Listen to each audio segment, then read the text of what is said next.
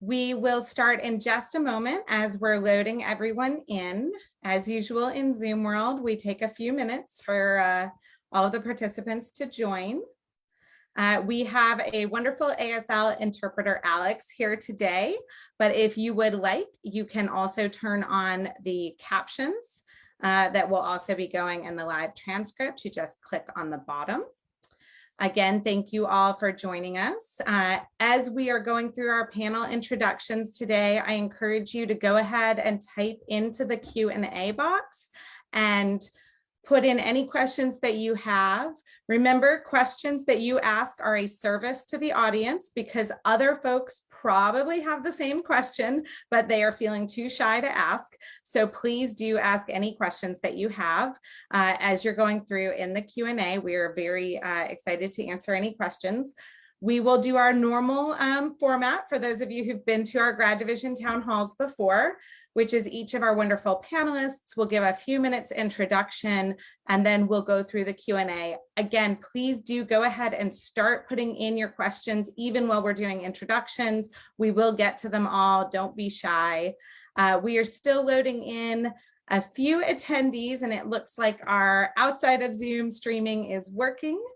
So I think we are good to start some introductions. So for those of you who don't know me, I'm Jillian Hayes, Dean of the Grad Division, also known as the person who sends you an enormous amount of emails on a regular basis. So thank you all for being here with us today. We have an excellent panel to talk about UCI's commitment and our actions related to diversity, equity, and inclusion. And I am going to start out our introductions today with Professor Roxanne Silver, who also has a big role in the Office of Inclusive Excellence here on campus. Over to you. Thank you very much, Dr. Hayes. Good afternoon or morning or evening. I'm Roxanne Cohen-Silver. I am Professor of Psychological Science, Public Health and Medicine here at UCI, and I am also the Associate Director of the Office of Inclusive Excellence. And I just wanted to say a few things about what we do in the Office of Inclusive Excellence and what I specifically do in my role in what we call OIE. First, I oversee the Decade Mentor Program. The Decade Mentors are faculty in graduate programs throughout the campus that work with me in the Office of Inclusive Excellence and Grad Division to ensure that we have a diverse student body that is thriving and succeeding and completing their degrees.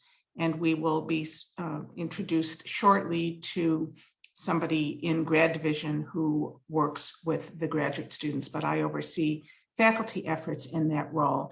I also oversee the UC President's Postdoctoral Fellowship Program and the UCI Chancellor's Postdoctoral Fellowship Program, which is a program system-wide that seeks to diversify our faculty and our postdocs, both for increasing the number of women in STEM, as well as underrepresented minority scholars throughout the system. And finally, I oversee the UC Hbcu program, which are collaborations between UCI and historically Black colleges and universities across the country. I'll just mention for those of you who are not familiar that the Office of Inclusive Excellence helps facilitate the fact that we as a campus are what are known as a minority serving institution, a Hispanic serving institution, and an Asian American, Pacific Islander, Native American serving institution. These acronyms are an MSI, an HSI, and an ANAPESI. And on the Office of Inclusive Excellence website, we describe all of the ways in which these federal designations benefit our campus. Finally, the Office of Inclusive Excellence has a number of certificate courses and certificate program to enhance inclusive excellence. These courses are open to students, undergrads, graduates, postdocs, faculty, and staff. And you can learn more about that, the certificate program, on the Office of Inclusive Excellence website. And we have an all-campus effort ongoing right now, the Black Thriving Initiative, that seeks to ensure that our Black students, faculty, and staff thrive here at UCI. I'll just stop now until we have further opportunities. If there's any questions, I'm happy to answer them. Thank you very much, Dean Hayes. Thank you so much. And for those of you who are viewing this on the Zoom in real time, there are a bunch of links towards all of the wonderful things that were just discussed from OIE that you can check out and explore a little bit more about those things. Since she so nicely alluded to him in her introduction, let's now switch over to Craig Farmer. We also should all welcome Craig to UCI because he has not been with us that long and only just moved from the East Coast recently. I am super excited to have Craig here, and found out after the fact, after we had decided to hire him, that he was also one of my cousin's star employees. The world is very small. So over to you, Craig. Hi, everyone. So my name is Craig Farmer. Pronouns are he, him, and his. So I'm actually from Prince George's County over in Maryland. So all the way on the East Coast, the other side of the nation. So for all my PG County homies, I just want to say, I appreciate you and I see you. Okay. So what I'm going to do here is I'm really just going to share kind of a slide so I can talk to you all a little bit about kind of what Decade provides for you all as well. And so let me just go ahead and present this if you all can see this okay. Wonderful. So Decade stands for the Diverse Educational Community and Doctoral Experience. Okay, so Decade provides a lot of opportunities for kind of this multifaceted development. And so we're talking about professional, academic, and also even social development, as well as we provide kind of this community of individuals that are dedicated to inclusive excellence. Okay, so as Decade, we are all kind of working towards the ultimate goal of kind of providing this sense of belonging for all scholars, especially those that hold underrepresented identities, right? And so a lot of these individuals have been on the other side of prejudice, have been kind of not seen by a lot of institutions. And so Decade is working to kind of provide this inclusive environment for all these scholars. Now, every single department has at least one Decade representative, right? And so if you look towards your academic department, I'm sure that there is at least one. I know some departments even have two, some departments have four, right? So we have a lot of Decade representatives that are really kind of all committed to serving as liaisons for their department, from their department to the campus-wide Decade, right? These Decade representatives, they are kind of student leaders, they host events, advocate for their departments, and they also work to help kind of improve the climate within their own specific departments, okay? And so I, as the outreach and retention coordinator, part of my job includes coordinating the competitive edge program, coordinating some fellowships, but also kind of coordinating and leading a lot of these Decade representatives in kind of the superstar work that they're doing within their programs, okay? So be sure to connect with your Decade representative for any program ideas, any questions, or information even as to how to get involved as a representative, right? So I've been meeting with a lot of our Decade representatives. We have over 100 at this point in time, and you can really kind of join those ranks, especially coming up in this next academic year. And I've been working with a lot of them to really pick their brains so we can together co-construct this space as to where to take Decade in the next 10 years, right? And so I want you all to really kind of think, as time goes on, as this webinar continues, where would you like to see Decade go? Okay, so it's very nice to meet you all. Again, my name is Craig Farmer. Pronouns are he, him, and his. Outreach and Retention Coordinator for the Graduate Division. Thank you so much, Craig. And I see a lot of love, at least amongst the panelists, for the whole DC area. So I'm going to pass it over to Karen Andrews, our head of disability services, who can comment on her love of crabs from the Chesapeake Bay, as well as anything else she would like to share. Say yes for crabs from the Chesapeake Bay. Nothing like them, Craig. All right, so my name is Karen Andrews, and I'm the director of the Disability Services Center here at UCI. African-American, Native American, white woman, disabled woman. I have a visual impairment.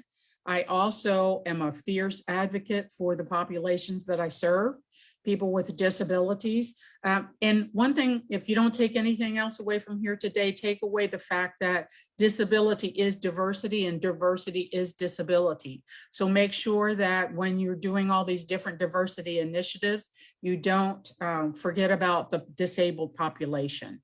So with the Disability Services Center, we currently serve about 2,500 students who are registered with our office. These are UCI students registered with the DSC. These are not DSC students. So that is a perspective that we put forward at all times, that it is an institutional responsibility and privilege to serve people with disabilities. We work with students, and then of course we collaborate with faculty and staff and departments and student organizations and all that. But our mission is to provide accommodations and services necessary for students.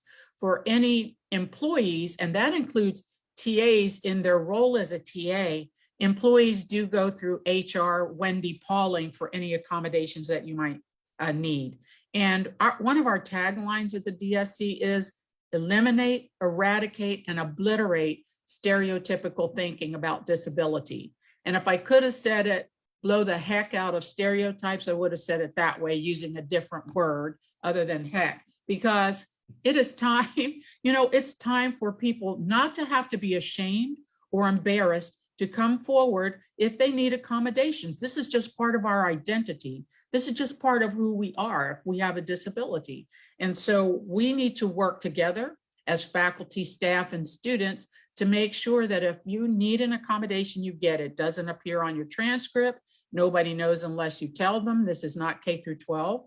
This is Americans with Disabilities Act, Section 504 of the Rehabilitation Act in higher education. And so don't hesitate to seek out accommodations if you need them, because the purpose of accommodations is to provide an equitable playing field.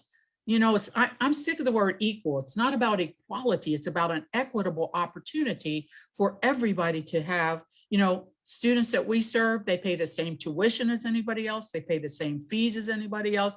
They have to go through the same qualifying steps to be here. They are what we call otherwise qualified to be here.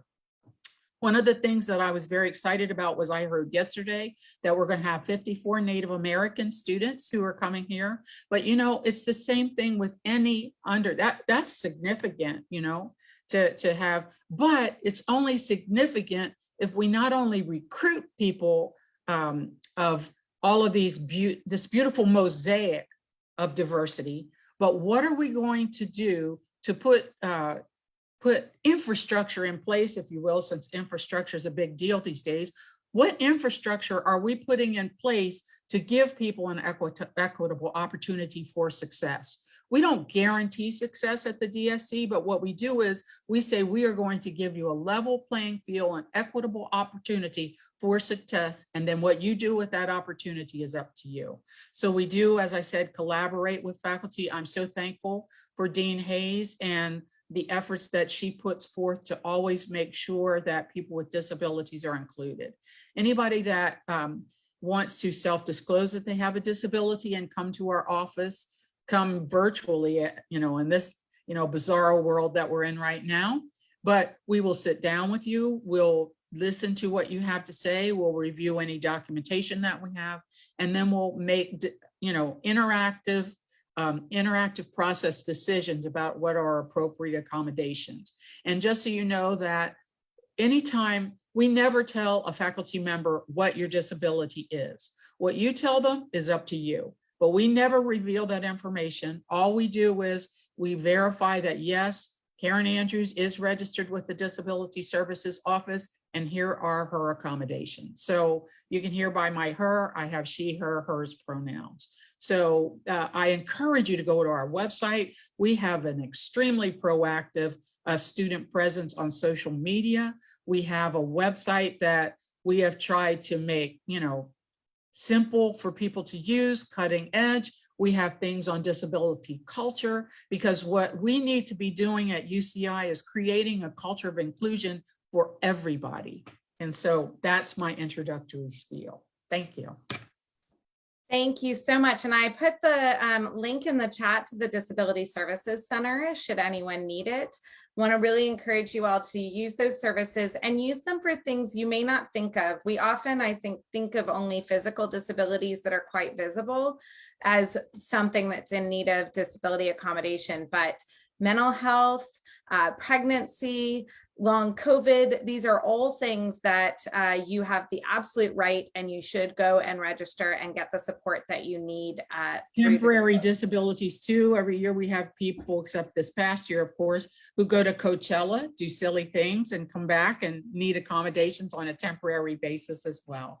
We do offer ring road rides, which will be returning in the fall. It's our little golf carts that go around campus and assist with transportation for those who do need those.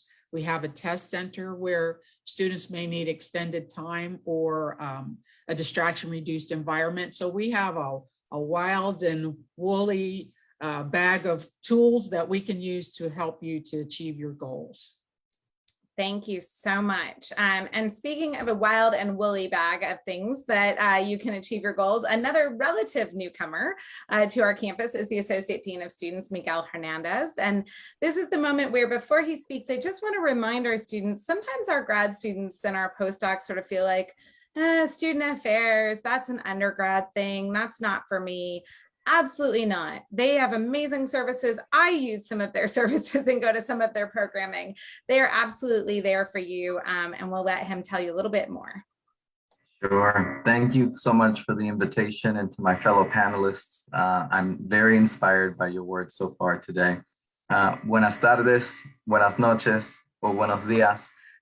From the state of Tennessee, where I'm calling from. I'm transitioning as well from the East Coast to Irvine. So excited to be with you all on campus soon. My name is Miguel Hernandez, as mentioned, and I have the privilege of serving as one of 3 associate deans of students. And so know that we have a great team ready to support your leadership and your experiences on campus. And we welcome graduate students to engage with us. Specifically, I work with a variety of different cultural and identity centers here on campus. I wanted to highlight today the Cross-Cultural Center and share a little bit about that particular space, and invite all of you to join us virtually for now, but in the fall, definitely in person. It's a beautiful facility. I was able to visit Irvine last week, and so very honored to be on campus. And when I hear references to Ring Road, I understand what that means now. Our campus is absolutely gorgeous. And so our Cross-Cultural Center is also a beautiful space that I want to make sure all of you feel welcomed and are able to take advantage of and visit. The facility itself, or the office, was established in 1974, and it's the first of its kind in the UCs. And so we do see that as a responsibility and a big honor for us to be able to engage in conversations related to activism, social justice, and many other topics with students and community members alike. Our goal is to create a space in the Cross-Cultural Center that really strives to help students imagine, inspire, and work toward and achieving equity and equality, if you will, in the areas related to social justice. And so I believe that the Cross-Cultural Center really strives, and the team there, all of us really strive to affirm a variety of different aspects of our identities. We highlight and we celebrate the intersection of our identities, which is so important to do. And I also believe that in that process, we also focus on building community amongst a variety of different identities. So we welcome all to engage. A little bit about the values of the center. I mentioned activism and social justice. I've also mentioned community. Education, empowerment, and diversity are also the values of our center and kind of anchor our work, if you will. We have numerous we have numerous programs, services, and opportunities for all students and community members to engage with. And I see that we had the link to our website added to the chat. And so please feel free to review the link. Another piece, if you are interested in, please let me know. I'm happy to share a brochure with all of you who are in attendance for the Cross-Cultural Center. It is a beautiful, beautiful publication. We can share it with you electronically. It gives a lot more of the history of the space. And one of my favorite things about the Cross Cultural Center are the beautiful murals that have been developed in the space to acknowledge and honor a variety of different communities and identities and struggles that we have overcome or are in the process of still working toward and fighting for. And so with that, I would yield my time back to our Dean. Thank you so much for the invitation. And again, thank you for allowing me to be a part of this panel. Thank you so much. That was a great intro, and I agree. I love the murals. I had actually kind of forgotten about them. I think at this point, I don't even remember what campus looks like hardly anymore. So thank you for sharing that and giving us something to look forward to and to hope for as we return to campus.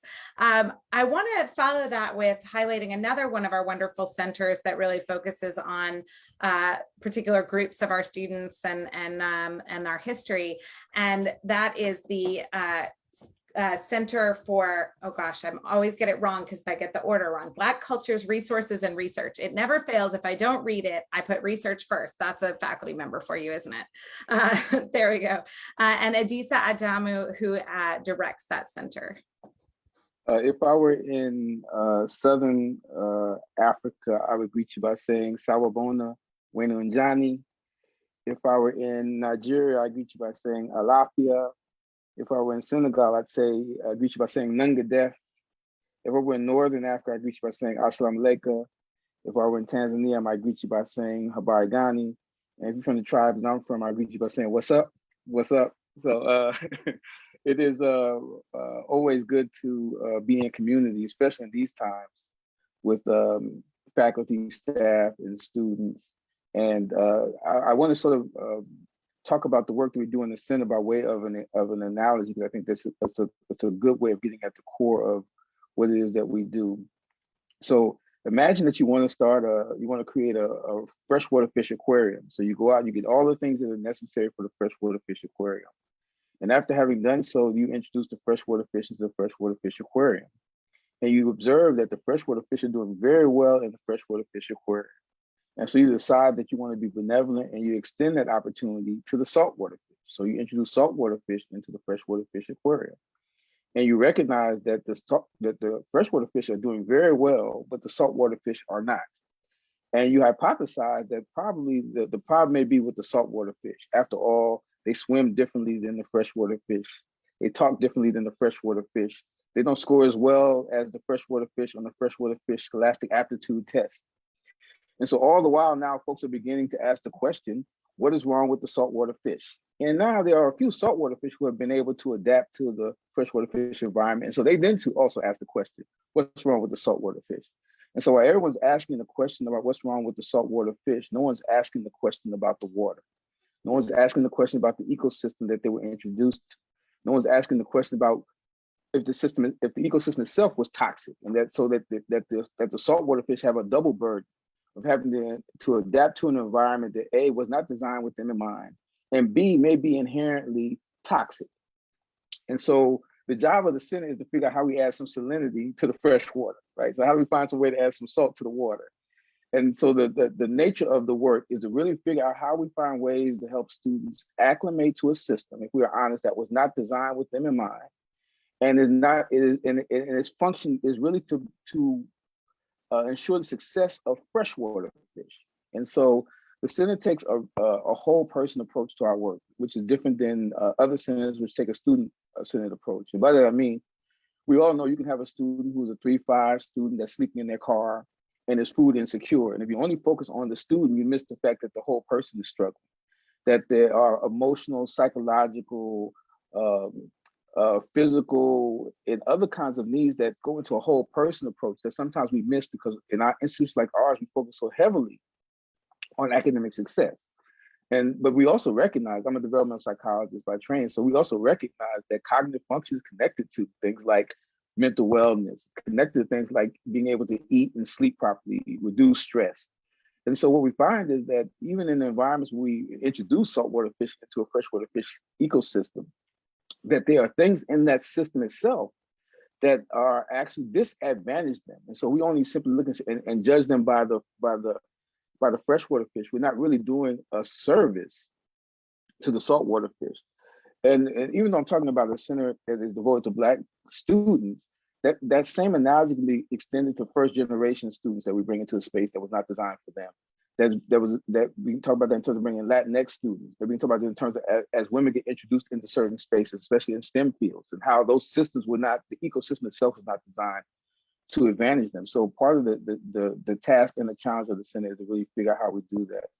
And one of the first things that we did when I came in as director of the center is we extended our services to graduate students. So Black graduate students have a range of services that some folks might be aware of, like free unlimited printing, which is like the gold standard. We allow for, when we're on campus, we allow for graduate students to actually make arrangements to use the space for studying on the weekend. So there are a number of benefits that we extend, especially to graduate students, including the access to psychological services and other kinds of meal support and housing support and other kinds of things. So people tend to think of our center as primarily an undergraduate entity, but we really are invested in graduate students as well as undergraduate students. So thank you, Tom. Thank you so much. I love that metaphor of the freshwater and saltwater fish. And I don't know that I've ever heard that before. So thank you for that. And now I'm going to have to find some way to greet you with fish in the future when I can actually see you in person. So last but Make certainly sure we not have least, crabs too. yes, crabs and fish, all kinds of seafood going on in today's town hall. One of the ways that we try to bring a little salt into the ecosystem, if you will, is with the wonderful services of Fong Luong, who develops our wellness programs within graduate division and also supports students directly in addition to the programming and so on. So over to you, Fong. Thanks, Jillian. Thanks, Dean Hayes. That's a smooth transition right there. I got to call that out. So, and I know what I'm having for dinner tonight. So thanks for that, panelists. All right. Fong Luong, he, him, his graduate counselor. I've been here for about 6 years now, working with students, graduate students, and postdocs. Yes, if you're a postdoc in the audience, we got you too, okay? Under the umbrella of academic progress, I work with these groups on such things as work-life balance, communication skills, stress management in an academic setting. I work with faculty and staff when challenges arise with their students also. I refer students to campus and off-campus resources. So these are all things to keep in mind if you're in the audience right now. I would say over the last few months, I've had some very emotional and difficult conversations with students who have been directly impacted by anti-Asian, anti-Black hate and violence. These are deep dives and they're rooted in history. And it is a privilege to have these conversations with these students. With that said, as you know, we are a resilient community and the themes that often come up, the elements that often come up in conversations as ways to maintain this resilience are self-care and advocacy. So first, self-care. I recognize that self-care is not the answer to dismantling systems of inequity. However, it does give us the energy to contribute to that work as a community. Okay, so just a reminder out there, especially towards the end of this pandemic, hopefully, and towards the next steps to hopefully somewhat normal circumstances, that we maintain and engage our self-care in whatever form that takes, okay? In terms of advocacy, there's numerous ways to advocate for your community around you. I'll speak specifically to the AAPI population. It's as simple sometimes as checking on a friend that you haven't talked to in a few weeks or even longer than that. But I'll hype 3 things, programs that are really important to me that I hold very near to my own heart is Bystander Training by ihollaback.org. Bystander Training in order to get the type of training you need to respond and safely intervene when incidents of hate or violence occur in front of you. Number 2, taking the visibility pledge through the AAPI organization. So if you Google AAPI visibility pledge, it'll pop up right away. And this is a way to show solidarity with your Asian American brother and sisters, and also gather resources that can be helpful for that community also, and for our own learning.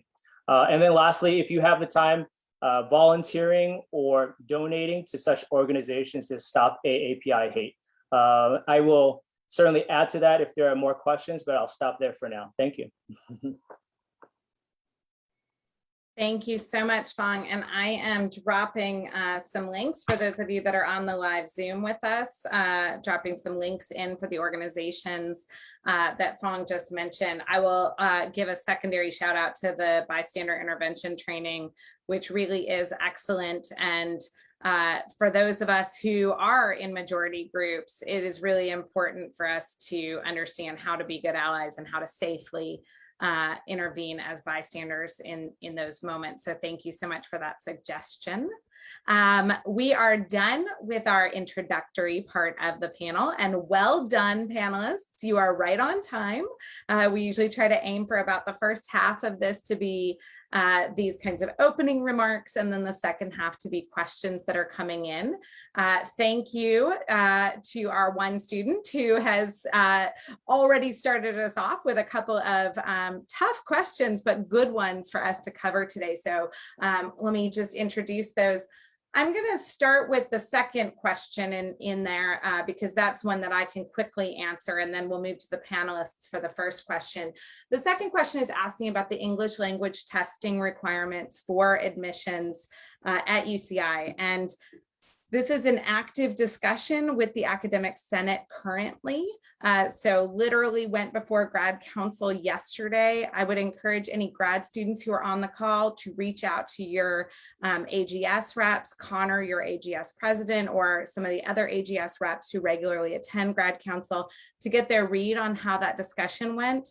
My view on this is it's really evolving. There are some system-wide policies that require us to do English language testing of some kind.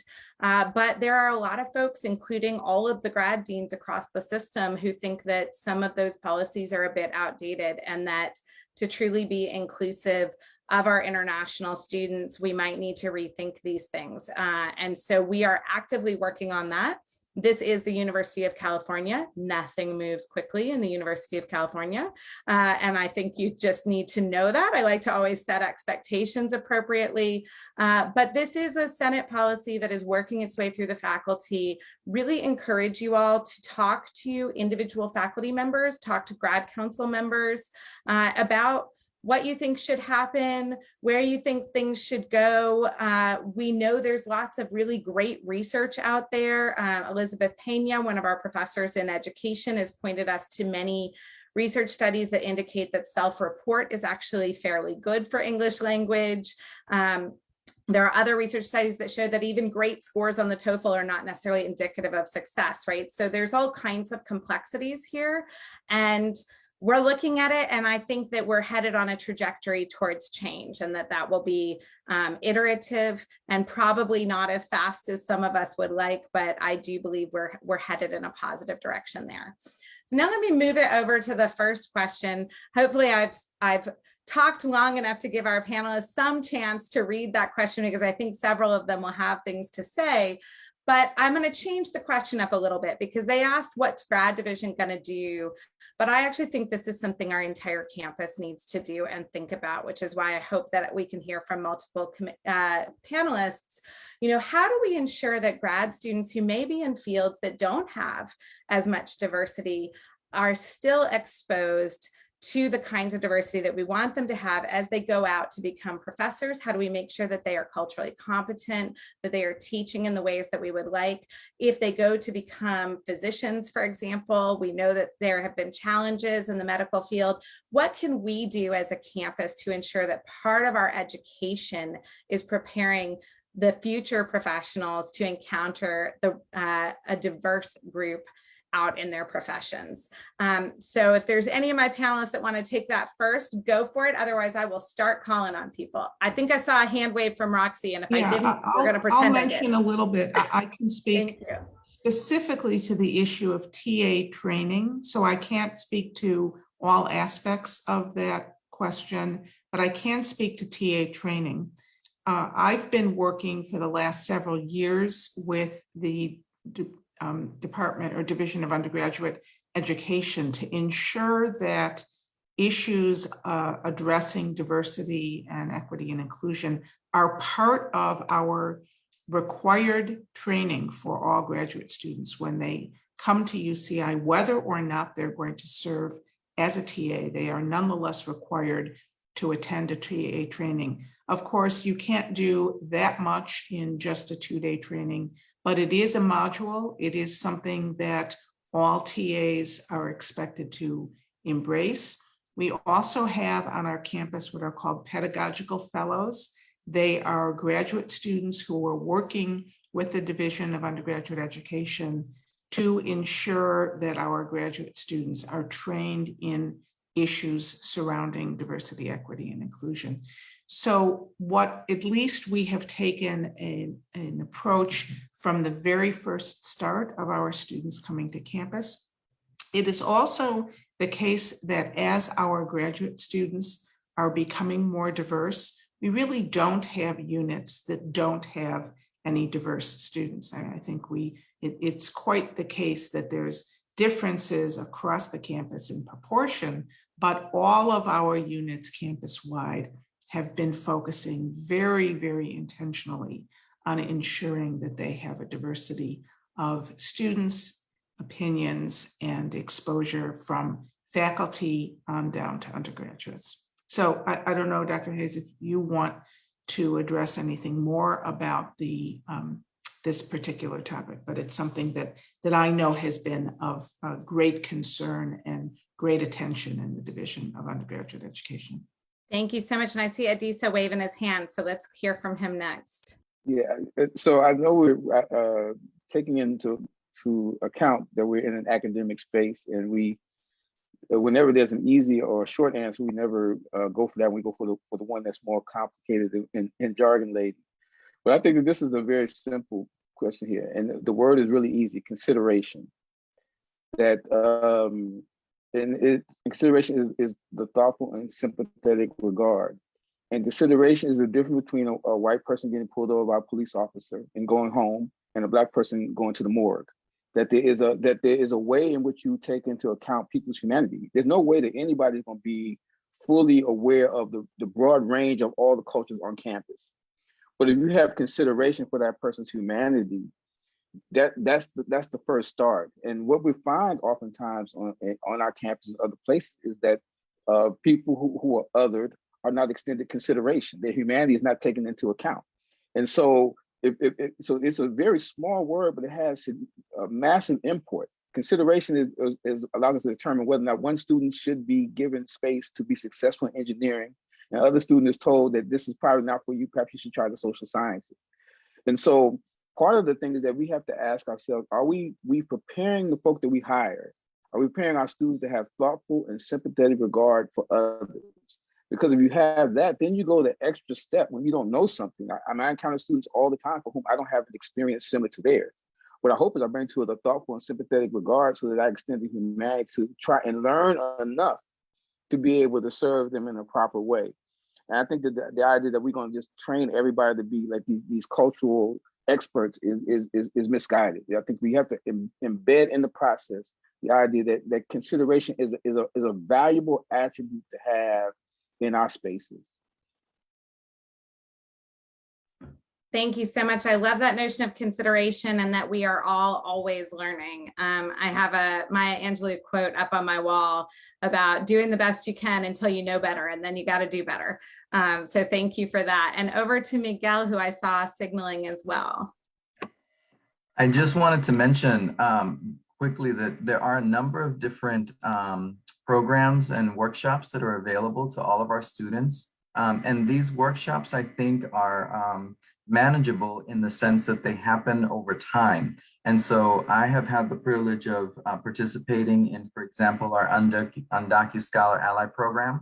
And so, other programs that I'm aware of that I have not participated in, but have been in conversation about revamping our Safe Zone training through our LGBT Resource Center. And so I simply want to offer that there are a number of different types of like certificate programs and workshops and trainings to give us an opportunity to engage in conversation with various identities that we have access to. Another example is through our Center for Student Leadership. They are doing amazing work, and in the fall we'll continue that work related to Strengths Quest, and it's an assessment that you can take to kind of really help you zone in on the areas that you gain energy from in workspaces so that you can describe and think about yourself in different variety of environments. And so I share that as an opportunity for you all to engage with the variety of different centers through the student life and leadership.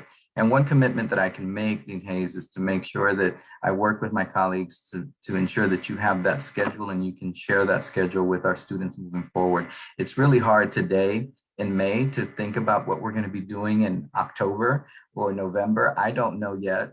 The one thing I do know is I've secured a seat at my father's dinner table for the holiday in November. But outside of that, I haven't really made plans that far in advance. I always prioritize eating, and we will have crabs at the dinner table, just to make sure my panelists know we'll have crabs. And so just a few thoughts there to enrich your experience while you're on campus. Thank you so much. And I think Dean Ramin might be in the audience. So I'm just going to say, I think I heard a commitment to have like a giant crab feast for everyone. I'm not sure that's on him. Over to Karen while everyone recovers from me just charging loads of money to student affairs arbitrarily. We're not really doing that for anyone. This recording's in history. Over to you, Karen. Okay, so I'm hoping I'm not taking this to a bunny trail, but one of the things that I have seen is that, for example, I talk to people all the time. Well, I work at an all-white university, so I don't really have opportunities to engage and to advance diversity and to understand people who are different. Well, I think that when did it ever get to the point that the underrepresented minority population has to be responsible for, and I'm going to use a generic, your learning? You know, we Google everything else. We seek out opportunities for everything else.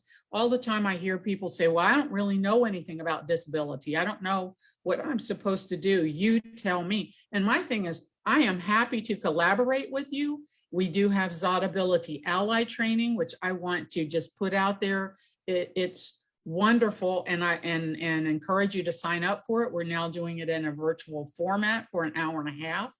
And we find time for what's important to us, but don't always make it on the shoulders of the minority or the underrepresented person to teach you. I'm not responsible to do your homework. You do your homework. And then we come together, we develop relationships, we seek out people who are different from us.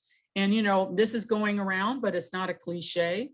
Find somebody who doesn't look like you or doesn't act like you and get to know them. And through those relationships, we'll advance where we need to go in this area. Thank you so much. That's wonderful. And you're reminding me that I've sent out some readings in the past on our grad student emails. It might be time for me to do that again. So panelists, if there's any things you want me to promote, send them our way. I have put the Disability Ally training, which again, much like the bystander training, I will give it my also secondary, yes, you should do this. It's great training. Please go through it. We got a follow-up question that I want to turn to now, which is about specifically from Grad Division, what are we doing to promote and enhance diversity, equity, and inclusion at UCI? And I'm thankful that I have Craig and Fong here because there is no way I will remember all of the things that we do. And perhaps between the three of us, we can source this. It is a huge commitment that we have made as a campus to say that all students should be able to be successful in graduate and postdoctoral training. And that is a commitment that I do not take lightly, neither did my predecessor. We really do make these strong priorities. A few of the ways that happens, some of it happens on the front end, right? So there's a lot of fellowship support that we provide at recruitment time. We do a lot of work to do explicit recruitment, things like that. But that's not enough, right? It's not enough to get people here. We need to ensure that they are able to thrive once they arrive. So again, funding, this is always a thing for grad students. We try to really make sure that we do support In our continuing fellowships, we have specific funding, both for students who they themselves are in identity categories that may have experienced difficulties that may need some extra support to overcome, but also who are doing the work of really supporting inclusive excellence on our campus. And so last year, with the help of OIE, we introduced the Inclusive Excellence Fellows program. We are doing that again this year. We really want to support people who are doing the work and being leaders. And we want you to be, compensated and supported in response for that excellent work that you're doing. You heard Craig talk a little bit about Decade. We also have Decade Plus. I think Jade Turner's in the audience. She's been an incredible leader growing Decade Plus for us, which really focuses on the undergrad interchange. One of the things I had wanted to do when I started, and I'm just going to be honest, we failed on this when COVID hit, is really do a wider variety of affinity groups within grad division, just make space for people to come together who are, affiliate with a variety of groups. And there's all kinds of intersections. So maybe you want to come to multiple of those. Those will be starting back up. Or starting at all, I should say, when we return to campus, but we want to make some space for folks. A lot of what we do in grad division, quite honestly, is analysis and assessment and trying to advise the schools. So for those of you that are school staff or faculty on this call, you probably already know this, but just in case you don't, reach out to us. We are happy to provide you data, help you think about what incentive programs that you're using, what trainings we can provide for you. We really do see ourselves as in service to the mission that the individual schools have. So we are there to help if there's anything we can do in those regards.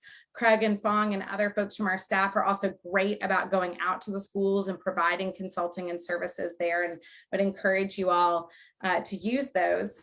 And then, we do have dedicated staff that are focused on international students, dedicated staff focused on diversity, outreach, and retention, focused on wellness, and so on. And two of them are here today, so I will stop talking now and let them speak for themselves. But there's a whole pile of people, some of whom are on this call, who do wonderful, amazing work. When we are back, come and see us in person. But in the meantime, reach out by email anytime. Craig or Fong, let's see, Fong has his mute off, so that means he gets called on first. Oh, okay. I'll just add to that. Yes, I definitely echo what you said about Jade Turner's work. So shout out to you, Jade, and the work you do with Decade Plus. One specific program I want to mention real quickly is the Mentoring Excellence Program run by Dr. Kaylee Anderson and Annabelle Ortiz. Like when we're talking about positioning ourselves in a place of consideration, like this is a program that reminds us of where we need to be when we are in a place of mentorship, and perhaps we have a group of mentees to help. It's a place of community as far as stepping out of your program and meeting a diversified group of students on campus. And it teaches you, again, how to not just to be a mentor, but how to be an effective mentee. And I find that this program has been instrumental in helping students stay motivated and completing their own PhDs. Okay, so I'll pause there. Craig, maybe you have more to add just around Decade itself. Yeah. So I think that the research shows that belonging, especially when it comes to students that hold underrepresented identities, belonging is maximized when students feel like they matter to the program, to the department, to the school that they are at, right? And that's something that's kind of embedded within the philosophy of Decade. Every single month, we do a monthly meeting with all of our Decade representatives, and they bring any concerns that they've kind of had from their own programs and departments to this kind of campus-wide, almost kind of like a town hall kind of meeting. And we work together. We have several staff members there. We sometimes have Dean Hayes. We have Dr. Haynes as well, that ends up kind of making these guest appearances, right? So all of us are coming together as a team to try to get these things done. So just, I think a couple of weeks ago, we had a Decade representative bring a concern from their department saying that there was a feature on campus that was not accessible and that this was an issue, right?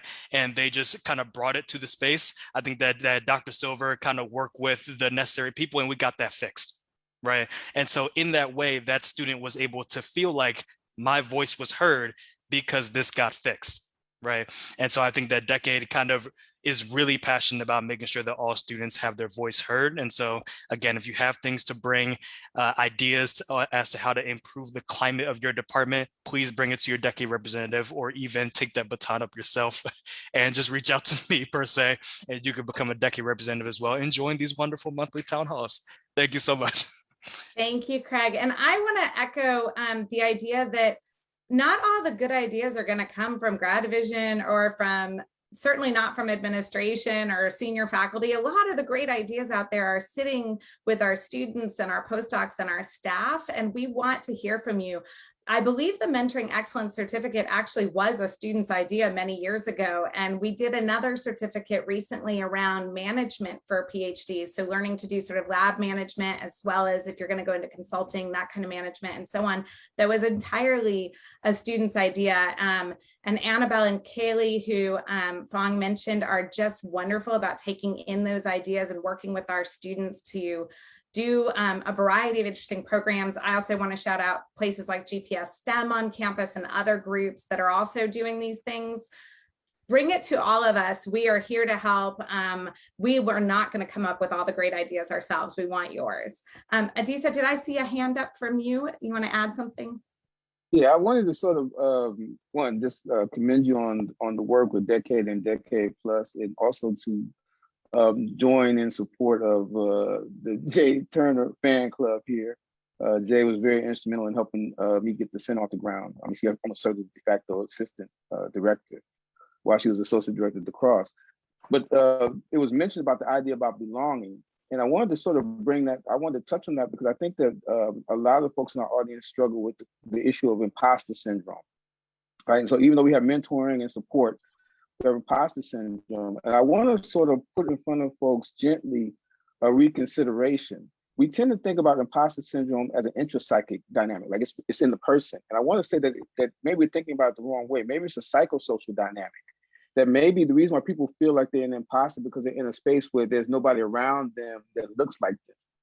And that by us always thinking that it's a function of, me being able to assess my cognitive ability or my professional competence, we all recognize you can take any professor, no matter how established they are, and put them in a room full of all Harvard professors, and they'll feel like they're imposter because they're the only UCI professor, not because they're confident, because there's no sense of belonging there. And that's a critical piece of us talking about the imposter syndrome, that especially for underrepresented communities, oftentimes you're in the space where you're one of two or one of one. And so it's not so much that it's an intrapsychic dynamic. It's not the problem. The problem is not you. The problem is that you've been put into, your saltwater fish has been put in fresh water. And I think we can help our students and our young junior faculty get appreciation for that. We can help them work with some of the mental health challenges that they deal with around, dealing with the whole issue of imposter syndrome. So I want to share that because I thought that the idea of belonging was very apt. Thank you so much. And Karen, did I see a hand up from you as well? Yes, I wanted to piggyback off what Adisa just said, and that is belonging. And we can structure, people know immediately when they come into our spaces whether or not they're welcome. We always look at the big picture initiatives and all of that, but it's the small things that make a difference as well. For example, in the Disability Services Center, we have a banner that we have in our room, in our reception area when you come in, and we have welcome and hello in about 20 different languages, because we want even those little things to make people feel included. And to me, that's inclusive excellence. Yes, we talk a good game with inclusion, but we should be structuring our events, structuring our offices, structuring our classes, structuring everything that we do, structuring our housing environments. Everything that we do should be synergistic to promote inclusion and that people feel welcome. What an inspiring way to end today. We only have a few minutes left, but I have to tell you, I've been doing these panels for a while, and I love my past panelists, don't get me wrong, but this one, you all have brought some energy today that I'm going into the weekend super excited. I hope a lot of other folks are. We have work to do. There is no doubt. UCI does, grad division does, we all do. But this group, I'm ready. Like, this is the group I want to take into battle with me. I think we are going to do it.